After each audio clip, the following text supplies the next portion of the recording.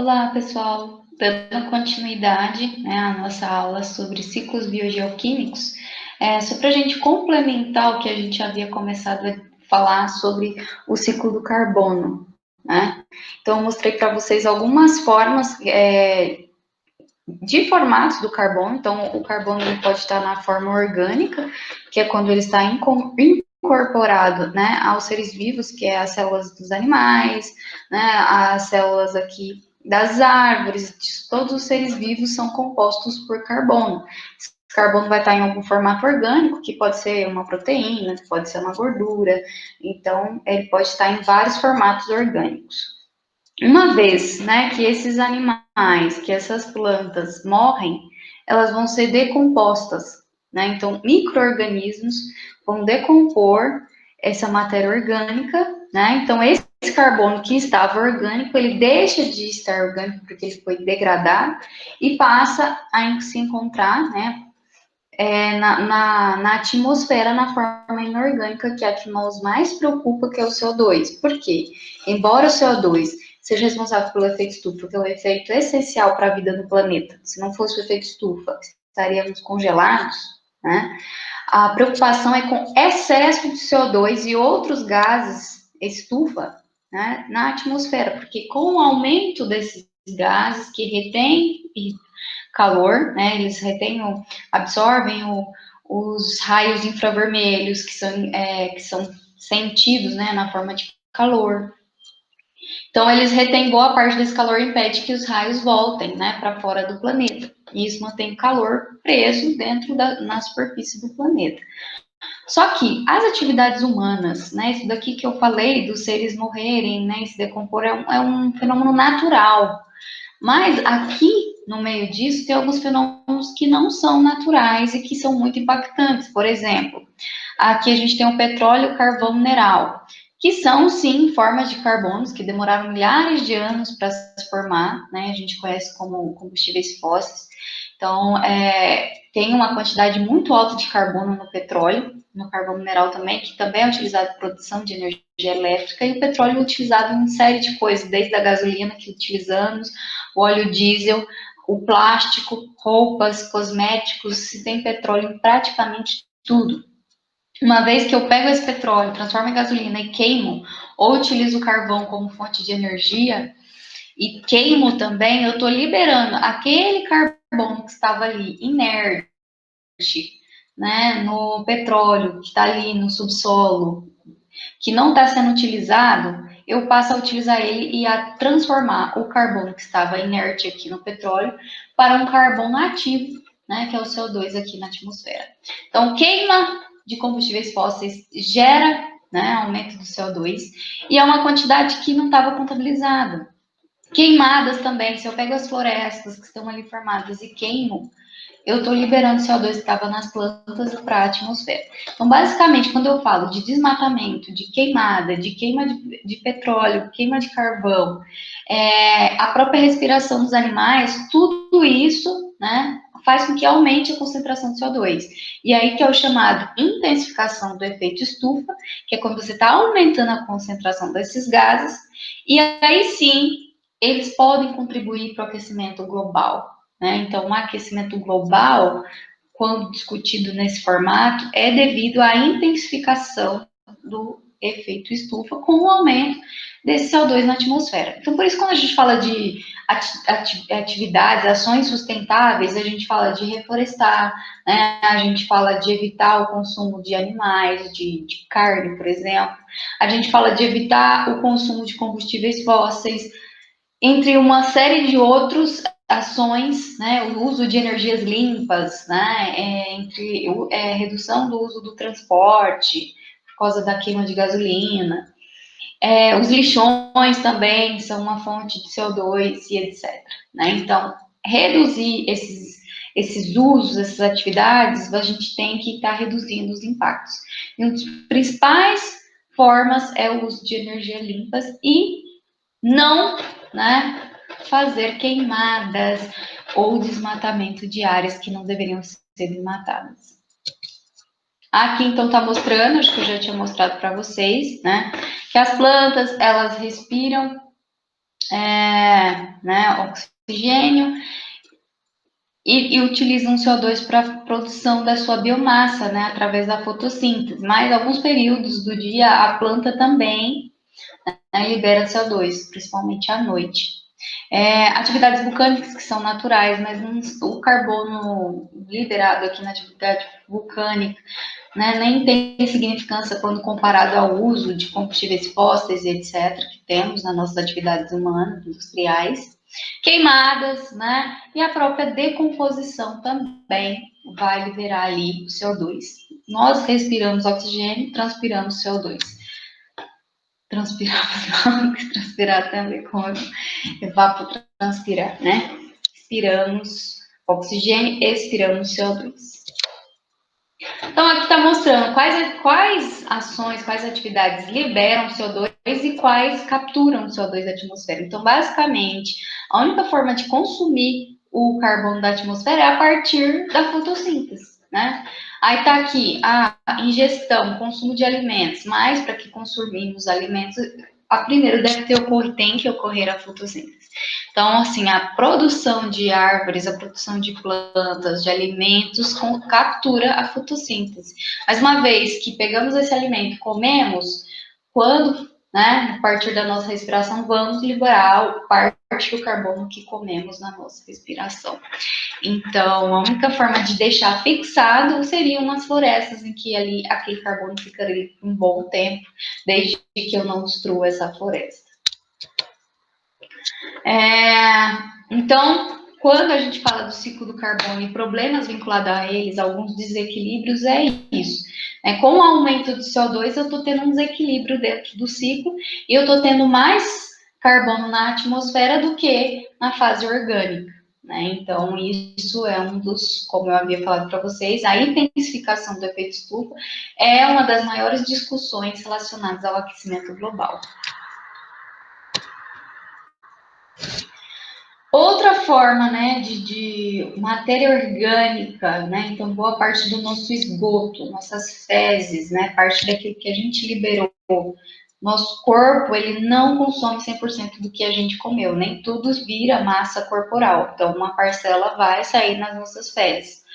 Fezes né, pensa Rio Verde tem 200 mil habitantes, outras cidades bem maiores, você tem ali todas as pessoas utilizando, gerando, né, matéria orgânica a partir da sua digestão, e isso acaba sendo lançado nos corpos hídricos. Em alguns casos, embora temos legislação ambiental para isso, embora temos normas para isso, ainda assim, grande parte, mais da metade do esgoto no Brasil acaba nos corpos hídricos sem nenhum tipo de tratamento.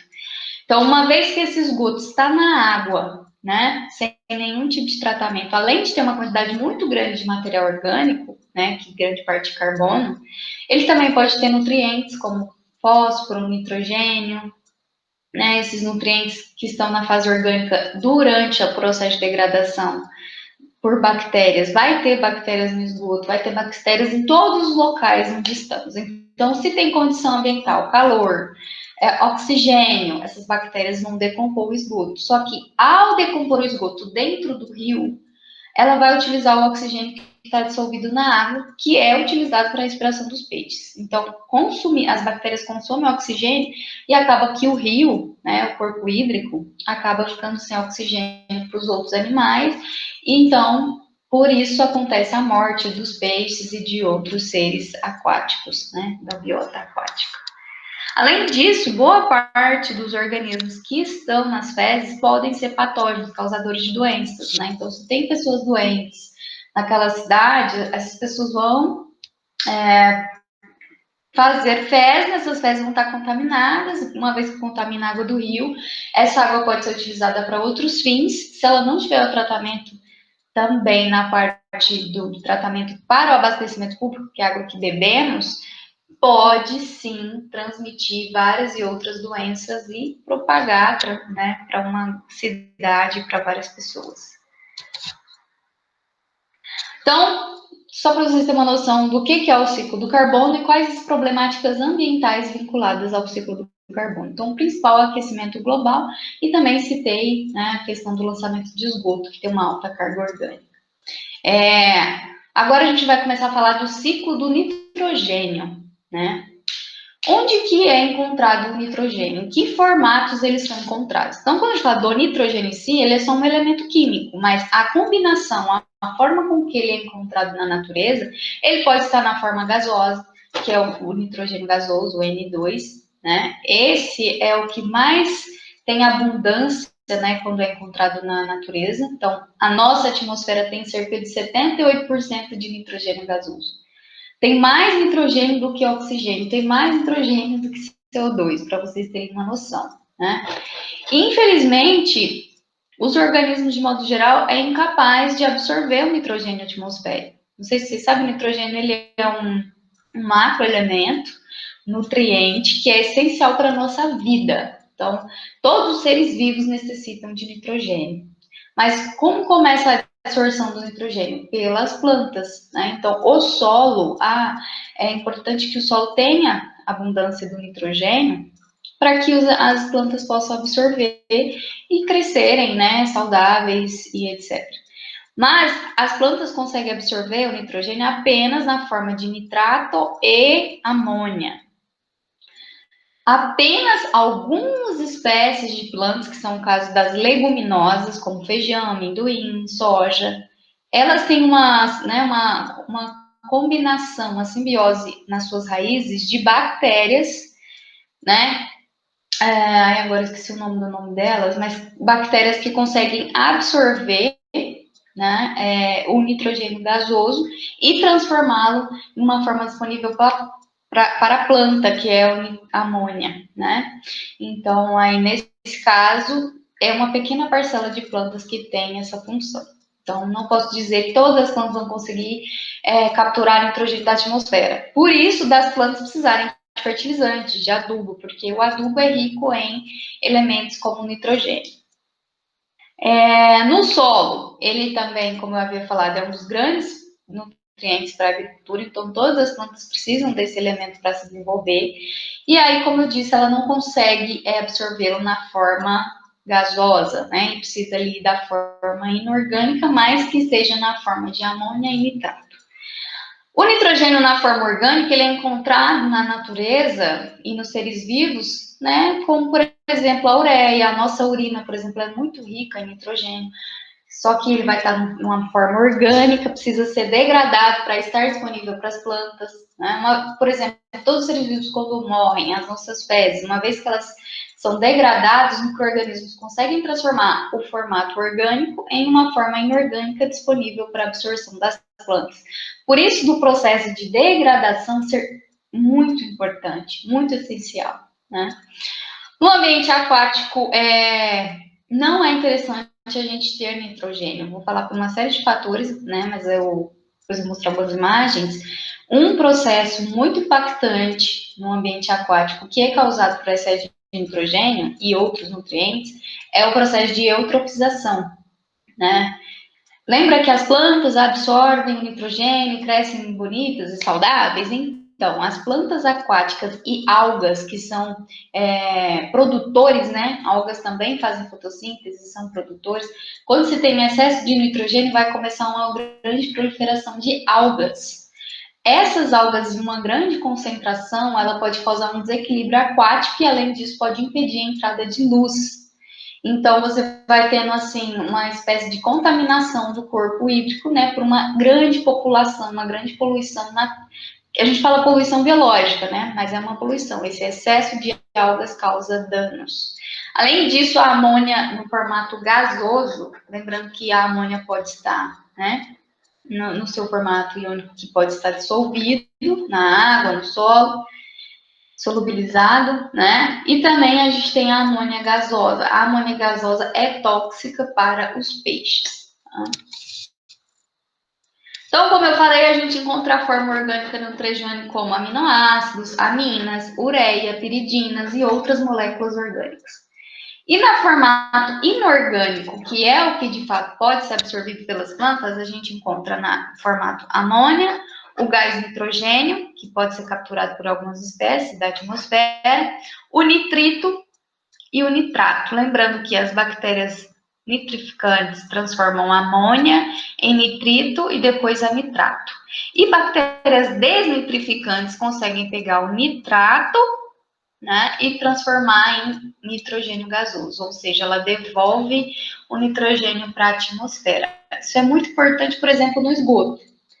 Lembra que na água não é legal você ter muita amônia? Não é muito legal você ter nitrogênio de forma alguma? Então, se eu quero remover o nitrogênio da atmosfera, eu posso dar condições ambientais para que as bactérias desnitrificantes transformem nitrato em nitrogênio gasoso. Uma vez que ele fica gasoso, ele sai da água, né, e ele acaba sendo removido.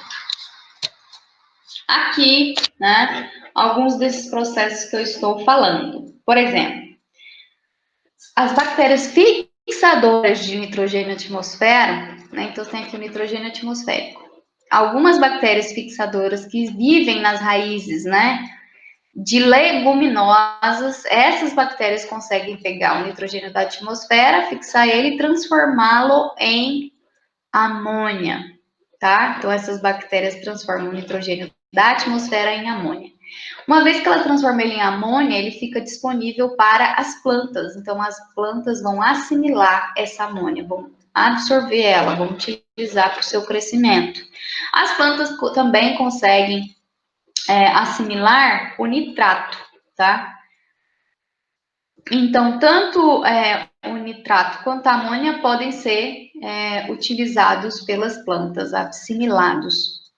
Uma vez que a planta morreu, os decompositores vão pegar o nitrogênio orgânico aqui da planta e transformar de novo em amônia, que pode servir para uso, assimilação das plantas. Então, fezes, plantas mortas, alguns fungos, bactérias vão degradar, decompor e transformar a parte orgânica em amônia novamente. Bactérias nitrificantes, né, elas pegam a amônia e transformam em nitrito e depois em nitrato, tá? Então, nitrito a nitrato. O nitrato pode ser absorvido. Então, se tem amônia, tem bactéria, né, degradando, se transformou em nitrato, ótimo. O nitrato também pode ser absorvido. E a parte que eu acho uma das mais legais é que as bactérias desnitrificantes conseguem transformar o nitrato em nitrogênio atmosférico. No solo não é tão legal você perder nitrato, mas na água é importante você ter essa remoção de nitrogênio, certo? Todo mundo entende que uma vez que ele sai da parte iônica, né, solubilizada, dissolvida, e passa para o N2 da atmosfera, ele é removido da água, né? Então isso é importante. Aqui tinha um... Então aqui está falando um pouquinho de cada um, né? O que é a fixação, que é aquelas bactérias que pegam o nitrogênio da atmosfera e transformam em amônia. Depois a amônia vai ser transformada em nitrato, né? E cianobactérias, plantas aquáticas, vão assimilar e utilizar no seu desenvolvimento. A assimilação é isso, né? São plantas que conseguem assimilar e pegam esse nitrogênio e convertem em uma forma orgânica que é essencial para a vida daquele ser vivo, né? A amonificação é o processo de decomposição, né? Então, você tem lá uma proteína, uma ureia, alguma forma orgânica do nitrogênio. Uma vez que se for fezes ou plantas mortas ou animais mortos, ele vai ser transformado em amônia e vai poder servir de fonte de vida para os outros seres que estão em desenvolvimento. Nós, seres humanos, precisamos desse nitrogênio orgânico também. Então, quando comemos plantas, né, comemos alguma coisa, algum alimento, vai ter nitrogênio na forma orgânica, o nosso organismo vai utilizar, fazer essa conversão. A nitrificação é aquele processo que eu falei que se transforma a amônia em nitrito, depois nitrato, né? São bactérias quimiotróficas.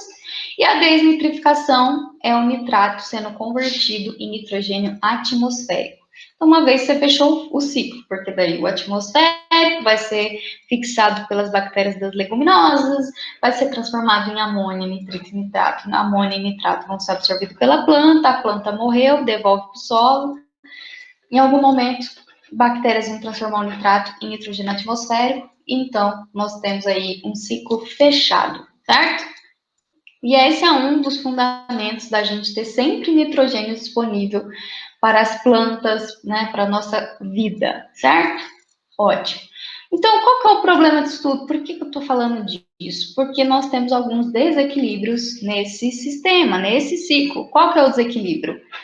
Excessos, né? Nós temos um excesso de pessoas, a gente tem centros urbanos, como eu falei, às vezes um centro urbano tem uma população gigantesca, todas as pessoas estão produzindo fezes, né? Estão fazendo suas fezes, estão contaminando a água, essa água que é o esgoto, né? Que é o que sai do seu vaso, que sai do seu chuveiro, que sai da sua casa, ele vai estar num formato com impureza. Uma das impurezas pode ser nitrogênio e outros, como carbono, que é a parte orgânica, como bactérias, como fungos, vírus, coisas que às vezes podem causar doenças.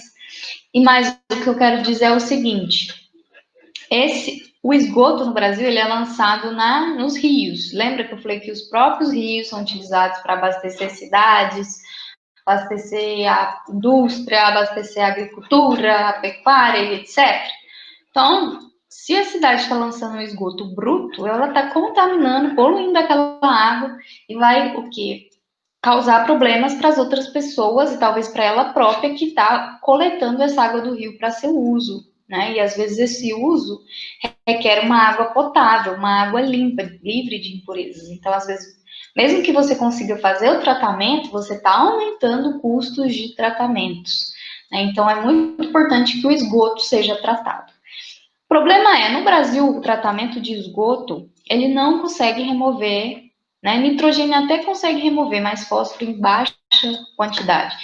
Então, nós temos tratamentos? Temos, né? Aqui a estação de tratamento de esgoto. Mas nem sempre esse tratamento é eficiente. Então, acaba que sim, pode ser lançada uma quantidade ainda alta de nitrogênio no rio. O que acontece? Pode acontecer o fenômeno da eutrofização, que é aquela proliferação de algas que impede luz, que aumenta a matéria orgânica da água. Isso faz com que, se tem matéria orgânica, que as próprias algas que morreram, vai ter bactérias que vão degradar a alga, essas bactérias vão usar oxigênio e vai faltar oxigênio para os peixes. Então, aí você causa um grande desequilíbrio aquático. Além disso, esse processo de eutrofização, que é esse excesso de algas, algumas algas chamadas algas azuis, que na verdade são algas azuis, na verdade são cianobactérias, não são exatamente uma alga, elas são euterotrófitas, enfim, depois a gente entra nessa parte de biologia, mas eu só quero dizer que cianobactérias são parecidas com algas, mas não são exatamente algas, e cianobactérias liberam toxinas, e essas toxinas são extremamente tóxicas para os seres vivos, principalmente nós humanos, né? Que nós nos preocupamos só com nós mesmos, enfim. Então, vamos voltar aqui para a parte humana. Uma vez que bebemos essa contaminada com essa toxina, a gente pode ter graves problemas de saúde, né? Desde câncer até problemas renais, fígado e etc. Ou seja, um rio que é utilizado, né? Ou um lago, um reservatório que é utilizado para abastecimento de uma cidade, né? Se utiliza a água desse lago para levar até a torneira da população da cidade, se ocorrer uma eutrofização nesse lago, pode ter toxinas. As toxinas afetariam grandemente a saúde da população. E o problema é que essas toxinas são muito pequenas, têm um baixo peso molecular, elas não são removidas em processos de tratamento convencionais, que é o mais usado no Brasil. Então, essas toxinas basicamente não são removidas no tratamento que temos. Então, qual é a melhor forma, então, de evitar essa eutrofização? Não lançar esgoto em ambientes, principalmente ambientes lênticos, que onde favorece ainda mais o crescimento de algas, que são lagos e reservatórios, ambientes mais parados, né? Então, são grandes propensos à eutrofização. Olha aqui a imagem de um lago eutrofizado, né? Fica verde, porque excesso de algas. E aí, como eu falei, algas e outras plantas aquáticas, né? Vocês podem ver que a água ficou muito escura, então não vai entrar luz, isso vai afetar todo o equilíbrio biológico dessa saúde desse corpo hídrico. Vai ficar um rio morto, um lugar morto, pode ainda ter as toxinas que eu falei. Então, fica uma água que não dá para se utilizar. Lembra que nós já temos poucos recursos hídricos, se contaminamos, temos parte dos nossos recursos hídricos eutrofizados, eu estou tendo aqui problema de escassez de qualidade, certo? Então, está faltando água porque a água não está com qualidade suficiente, certo? Outra questão, né, principalmente ocorre muito em tanques de peixes, né, a comida dos peixes, as fezes dos peixes, vai acabar tendo ali questão de nutrientes como a amônia. Só que a amônia, a depender do pH, os pHs principalmente mais elevados, pHs acima de 7, 8, 9, pode transformar a amônia em amônia gasosa, a amônia iônica para a amônia gasosa. A amônia gasosa, tóxica para os organismos aquáticos, tóxica para os peixes, certo?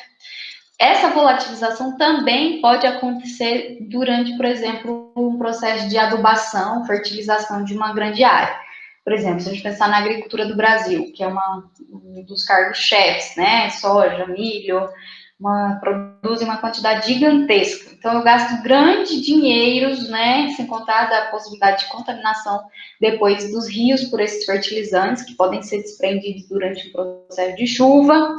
Então, além de eu estar gastando muito dinheiro para pôr fertilizante no solo, eu posso perder fertilizante se ele sair da fase de amônia iônica, que está dissolvida ali, solubilizada junto ao solo, e ela transformar em amônia gasosa, ela vai sair do solo, a gasosa. Então, estou tendo perdas de fertilizantes também. Isso é um problema porque está aumentando custos, né? Então, série de problemas aí vinculados a isso também. Quando a gente fala da engenharia ambiental, a gente se preocupa com o ambiente, com a parte da sociedade, os impactos positivos, a economia, a geração de empregos. Então, a gente leva em consideração todos os problemas ali, não só olhando para o aspecto ambiental, mas para o aspecto econômico também. E saúde, é claro. Outro problema ambiental relacionado ao nitrogênio. Lembra que a amônia é transformada em nitrito e nitrito é transformado em nitrato? Né? Excesso de nitratos na água para consumo, água que bebemos, pode causar danos à saúde. Um deles é a síndrome do bebê azul, né? O nome técnico da doença eu não coloquei aqui, mas é um problema na questão de ineficiência e transporte de oxigênio, né? Que ocorre um quadro de anaerobiose, principalmente em crianças que são mais sensíveis, né? Tem um organismo mais frágil. Isso pode causar falta de oxigênio, a criança vai ficando azul, isso pode levar até a morte. E é muito perigoso para bebês que são menores de 6 meses de idade. Então, o nitrato deve ser controlado também na água que bebemos, tá? Na água que a gente chama de água potável, própria para consumo humano. E como que ela pode ter chegado na água? Lançamento de esgoto, né? Ou se não, não é só esgoto que contamina a água do rio com nitrogênio e outros nutrientes. Lembra que a agricultura é um grande cargo-chefe, às vezes falta mata ciliar. O que aconteceu? Vamos supor que a pessoa adubou o solo, pôs toneladas de fertilizante no solo. O solo está desnudo, não tem vegetação. Choveu, vai tudo para o rio. Então, você tem uma grande parte também do excesso de nitrogênio nos ambientes aquáticos, ali causando eutrofização, por conta da fertilização da agricultura também, tá? E outro problema é outras formas de nitrogênio, que são os óxidos de nitrogênio. Esses óxidos são liberados a partir da queima de combustíveis fósseis, queima de gasolina, queima de carvão, queima de óleo diesel, né? Então, esses óxidos vão ser liberados durante essa queima. E qual que é o problema desses óxidos que vão para a atmosfera? Eles são gasosos. Eles se encontram com as partículas de chuva, né? Partículas de água que estão na atmosfera, e faz com que acidifique a água. Então, é aí que vem a questão da chuva ácida, tá? Então, a chuva ácida é causada principalmente por óxidos de nitrogênio e óxidos de enxofre. No Brasil, a gente não tem tantos problemas assim com chuvas ácidas muito ácidas, ácidas, mas países que utilizam carvão mineral como fonte de produção de energia elétrica, né, usando as termoelétricas, principalmente países europeus, eles têm grandes problemas com chuva ácida. Essas chuvas ácidas podem dizimar plantas, vegetações no ambiente urbano, podem corroer metais, concretos, né, alvenarias. Então, se tem carros, vai afetar carros, asfalto, até a própria estrutura das casas e dos prédios, tá bom? O ciclo do fósforo, né? Então, falamos do nitrogênio, que é um dos grandes macronutrientes, né, para a vida. O fósforo também certo? A diferença é que o fósforo tem um ciclo diferente do nitrogênio, porque o nitrogênio tem uma parte da sua vida, né, que ele é encontrado na atmosfera, que é o nitrogênio gasoso. Já o fósforo não tem uma forma que ele é encontrado na atmosfera. Então, o que tem de fósforo na atmosfera não é significante, praticamente, né, você pode considerar que não tem. O fósforo ele vai ser encontrado mais no solo. Como eu havia falado, o fósforo também é um nutriente essencial, né, para a vida de todos os seres vivos, né, desde uma planta até nós humanos, que somos seres mais complexos, porque ele faz parte do DNA e RNA das moléculas energéticas, né, aquelas ATP. Né, então faz parte importantíssimo do processo de formação, fotossíntese, etc. Então o fósforo também é um nutriente essencial. As grandes formas, grande parte, né, do fósforo encontrado no planeta, ele vai estar vinculado ao solo, né, porque ele tem um ciclo sedimentar. Não sei se já ouviu falar de rochas sedimentares, que são as rochas fosfóricas. Então, você encontra nessas rochas fosfóricas grandes reservas de fosfato. Né? Então, boa parte, por exemplo, dos fertilizantes, que são fertilizantes utilizados na agricultura, vem proveniente da exploração dessas rochas fosfóricas, então eles tiram esse fosfato do solo e utilizam nas áreas agrícolas. Né? Então, um dos grandes problemas também, que eu vou comentar relevante os problemas ambientais, é que ele é um recurso natural, mineral, e uma vez que se esgote essas rochas, né, se utilize todas elas, você não vai encontrar mais esse nutriente disponível, a não ser que você consiga recuperar o fósforo das fezes, dos alimentos, né? Mas a gente sabe que a agricultura hoje não é alimentada por compostagem, né? Nem por compostos de adubo de vaca, nem de animais. São fertilizantes químicos, a partir da exploração de reservas das rochas fosfóricas. Então, aqui as reservas, né? São sedimentos marinhos. O fósforo, ele está sedimentando, né? Só que ele demora milhares e milhares de anos para formar uma nova jazida de fosfatos por rochas sedimentares. Então, demora milhares de anos para se ter uma formação dessa. Então, não posso dizer que o fósforo que estamos excretando nas nossas fezes vai conseguir transformar-se, né, num sedimento, numa rocha sedimentar em curto espaço de tempo. Não. Uma vez que o esgote o que está acontecendo? Estou tirando fósforo aqui, jogo na agricultura, da agricultura vai para o corpo hídrico, do corpo hídrico gera eutrofização. Então, eu estou contaminando, poluindo os meus rios. Né? Então, eu estou causando um desequilíbrio. Outra acúmulo assim, que tem, que participam, que fornecem facilitam, porque são sedimentos marinhos, grande parte das reservas. São o guano que fala, que é o acúmulo de excremento de fezes de aves marinhas. Esse guano vai se acumulando, até que ele, ao longo de milhares de tempos, centenas, milhares de anos, ele vai formar essas jazidas de fosfato, que são as rochas sedimentares. A gente vai falar um pouquinho do ciclo dele, né? Ele tem um tempo ecológico basicamente curto, que é o tempo que ele permanece, né, em alguns estados. O fósforo, né, parte dos átomos de fósforo são reciclados entre os solos, as plantas e os animais. Então, você vai encontrar ele presente no solo, ou que eu adicionei de uma forma, né, de fertilizantes, ou da própria degradação de plantas e animais que morrem, ou fezes, que podem ser recicladas para o solo a partir dos decompositores. Ele tem um tempo geológico de muito tempo, como eu falei, demora muitos milhares, né, centenas de anos, para que se formem as rochas sedimentares. Naturalmente, né, se o ser humano não estivesse explorando o fósforo, as jazidas ali, com máquinas, né, a partir da mineração, ocorre o intemperismo das rochas, né? Então, são uma série de fenômenos físicos, biológicos, calor, frio, chuva, etc., que acaba fazendo com que a rocha vai se degradando. Então, você vai tendo uma alteração química e o fósforo que está na rocha, ele vai sendo liberado a partir desse intemperismo. Isso, naturalmente, ele é liberado. E aí, ele vai, né, dessas rochas para outras partes do solo, vai para as águas, ele vai ser assimilado pelas plantas, as plantas vão ser usadas de alimentos para outros animais, então o fósforo vai tendo seu ciclo ali na cadeia, né, alimentar.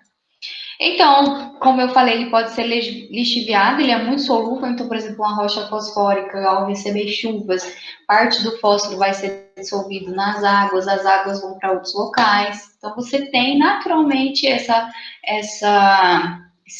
movimentação do fósforo.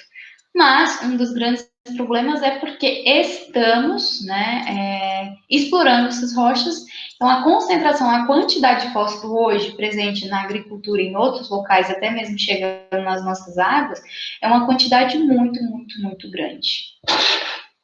Como eu falei, assim como o nitrogênio, as plantas, né, assimilam, utilizam o fósforo inorgânico presente no solo, geralmente são fosfatos, e assimilam, né, e transformam ali o fósforo acoplado nos compostos orgânicos, que daí é aquele que está ligado às células orgânicas, que é o considerado fósforo orgânico, você pode ter ele em várias outras formas.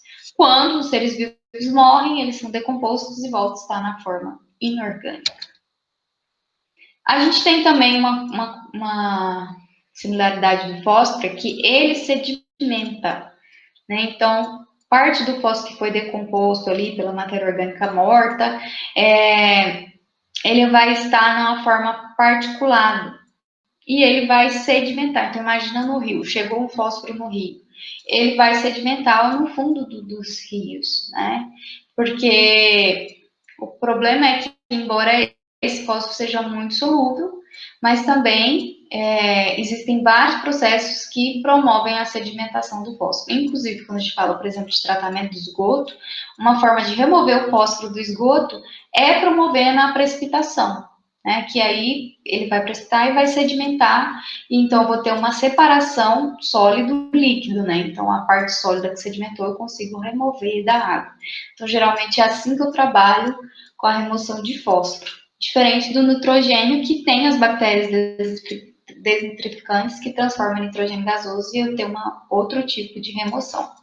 E eu tenho também, né, a precipitação, que é quando os íons de fosfato, né, se ligam com outros cátions metálicos, como ferro, alumínio, o cálcio, o magnésio. Então, ele vai formar moléculas maiores quando ele se junta e precipita. E quando ele se precipita, né, ele fica numa forma sólida que facilita ali a sua sedimentação. Adsorção e desorção. O fósforo também, como eu falei, ele é na forma inorgânica, ele é solúvel na água, né? Então ele fica na superfície mineral do solo, e a sua capacidade absortiva também é muito grande. Então, por exemplo, o próprio solo pode absorver, os fósforos. Alguns materiais, como a argila expandida, a própria argila do solo, ela vai absorver fósforo. Então, no esgoto, a gente utiliza dessa característica dele também. Então, por exemplo, posso usar um filtro com algum material que absorve o fósforo. Só que, por outro lado, ele consegue também se desorção, né? Ou seja, da mesma forma que ele é absorvido, ele pode ser devolvido para a parte líquida. Então, por exemplo, imagina que eu estou usando o solo para absorver fósforo. Isso lá no tratamento do esgoto. Coloquei, sei lá, argila expandida para absorver o fósforo do esgoto. Uma vez que a argila saturou, ou seja, não tem mais espaço, não tem mais área para absorver fósforo, ele vai passar a se dissolver ou simplesmente não vai absorver mais. Então, eu terei que trocar os substratos, trocar a argila para eu ter continuação do processo. E ele também pode ser mineralizado. Quando eu falo mineralização, é quando eu pego a fração orgânica, tá? Por exemplo, a presente nos animais mortos, e alguns compostos inorgânicos os próprios micro-organismos conseguem mineralizar, ou seja, transformar essa fração orgânica numa fração inorgânica. É processos similares à própria decomposição.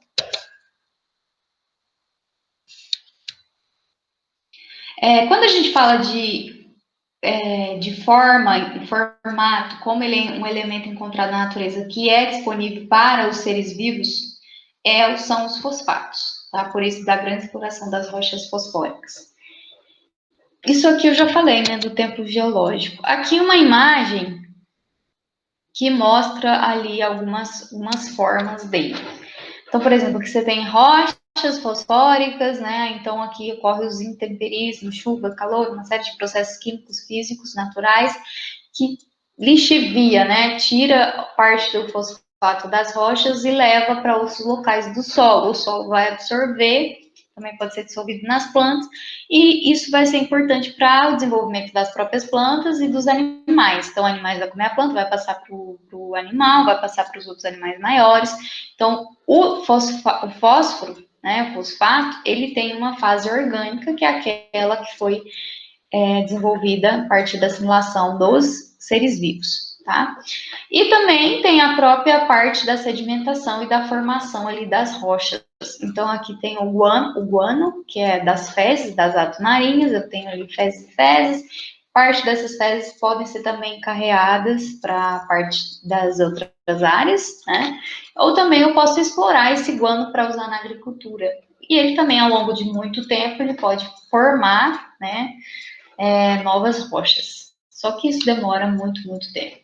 O fósforo orgânico e inorgânico também, uma vez que os animais morrem ou excretam, ele pode se sedimentar. Então, ele vai sedimentando no solo, no próprio fundo dos rios e lagos. Do oceano também. Aqui o grande problema, aquilo que eu falei, a gente está explorando as grandes reservas de rochas sedimentares fosfóricas que temos no planeta, né? Então, alguns estudos mostram que se continuarmos explorando essas reservas na mesma escala, mesma taxa, em aproximadamente 50, 100 anos, a gente vai ter o esgotamento dessas rochas. Então, você vai ter uma perda gigantesca de recursos naturais, porque são recursos naturais não renováveis, eles não se renovam em uma escala de tempo importante para nós humanos. Então, correm milhares de anos. Milhares de anos a gente não sabe nem se a nossa espécie ainda está viva, né? Então, não adianta, se não tivermos controle do uso, né, da exploração dos recursos naturais, a gente pode ter umas grandes perdas ao longo, né, dos próximos anos. E aqui, mostrando, né, como que se dá essa exploração. Um dos locais que mais explora é o Brasil, tá? Depois a gente tem a América do Norte, na Ásia a gente tem uma exploração muito grande também, África. Mas, de modo geral, o Brasil produz praticamente consome tudo que produziu também. Algumas áreas produzem mais, por exemplo, a África, provavelmente a África exporta, né? Aqui o Oriente Médio também exporta, porque ele consome menos do que produz. Então, tem locais, por exemplo, a Europa produz pouco, mas consome muito, então ela vai exportar de alguns locais. Se eu não me engano, o Brasil usa muito também, mas eu acho que ele chega a exportar também, tá? É uma fonte de indústria, né? Faz parte da nossa economia essa produção aí de exploração de fósforo do ambiente. O problema, né, pessoal, a crítica é com os excessos, né? Não que a atividade seja algo tão absurdo de ruim.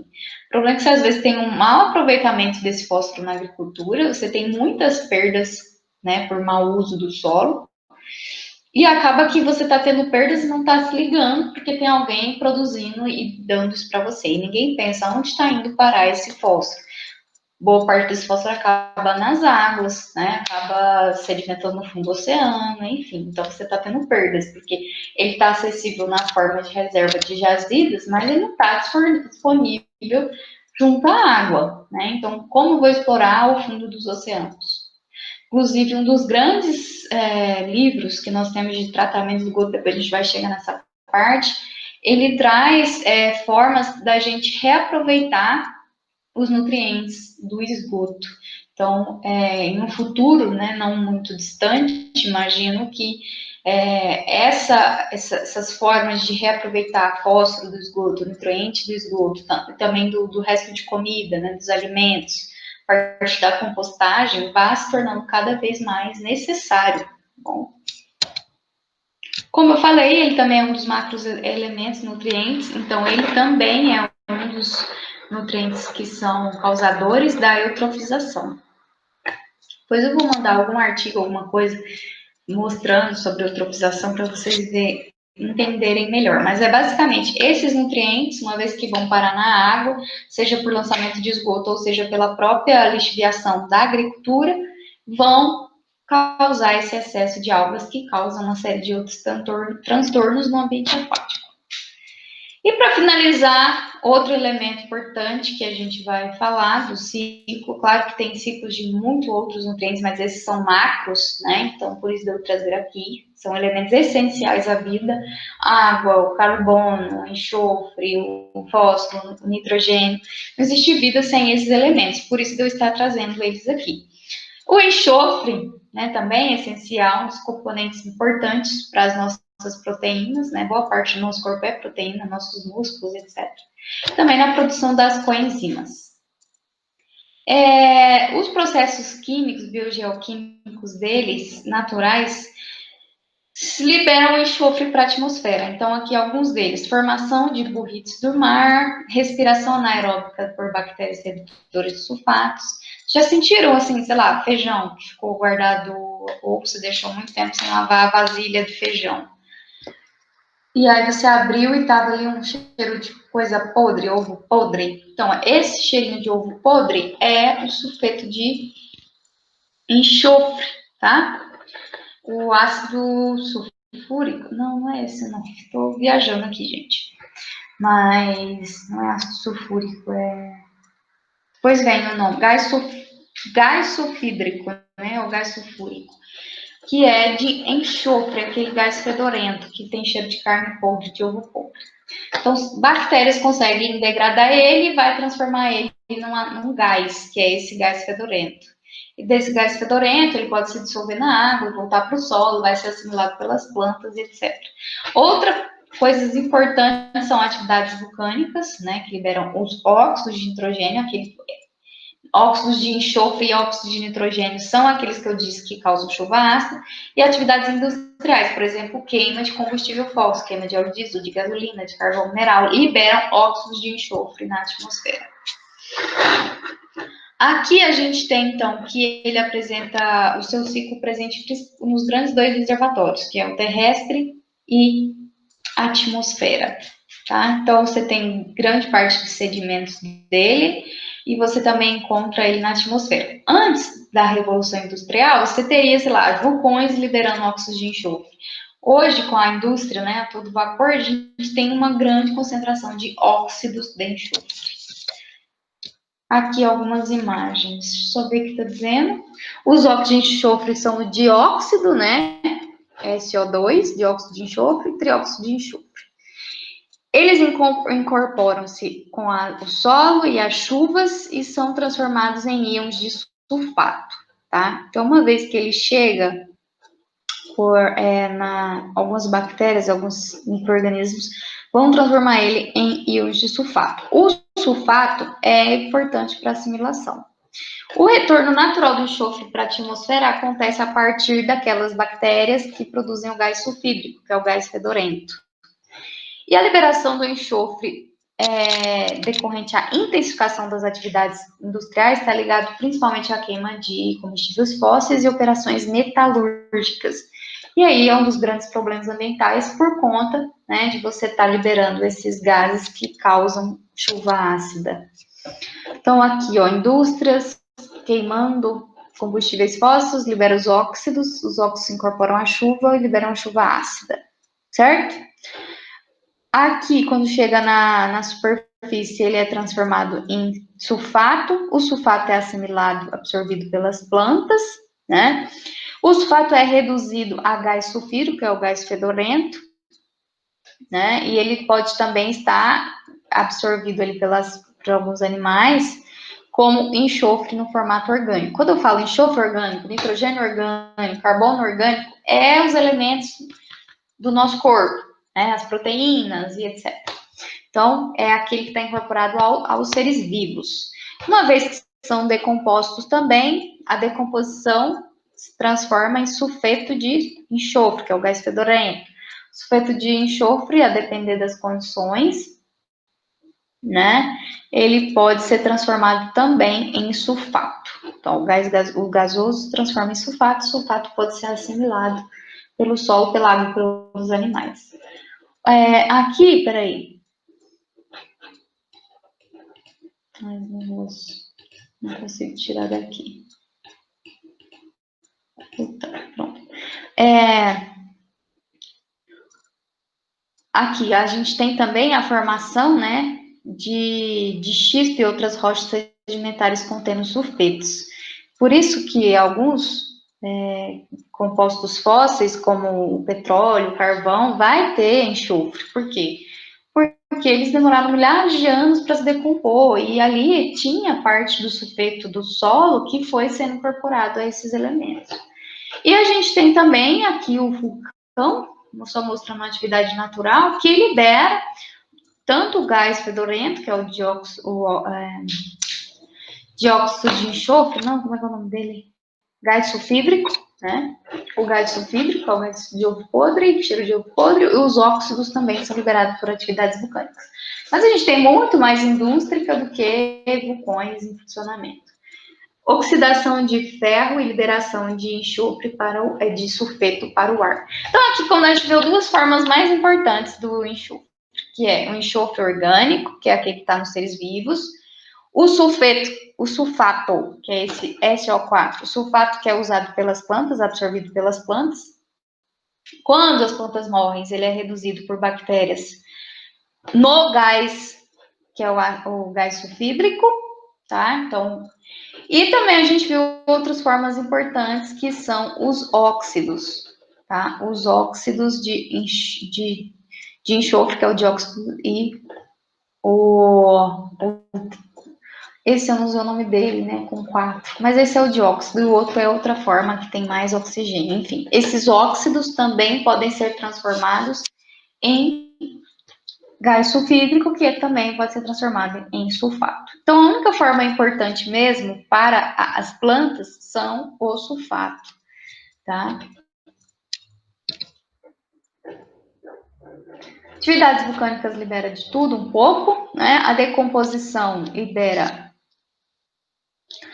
ela converte o gás sulfídrico, né? Não, esse daqui é o ácido sulfídrico, que é o da chuva ácida. Elas também podem ser transformadas em sulfato, né? A decomposição seca transforma o gás em sulfato também. O sulfato vai ser absorvido pelas plantas, pelas algas, e vai se transformar no enxofre orgânico que está presente principalmente nas nossas proteínas.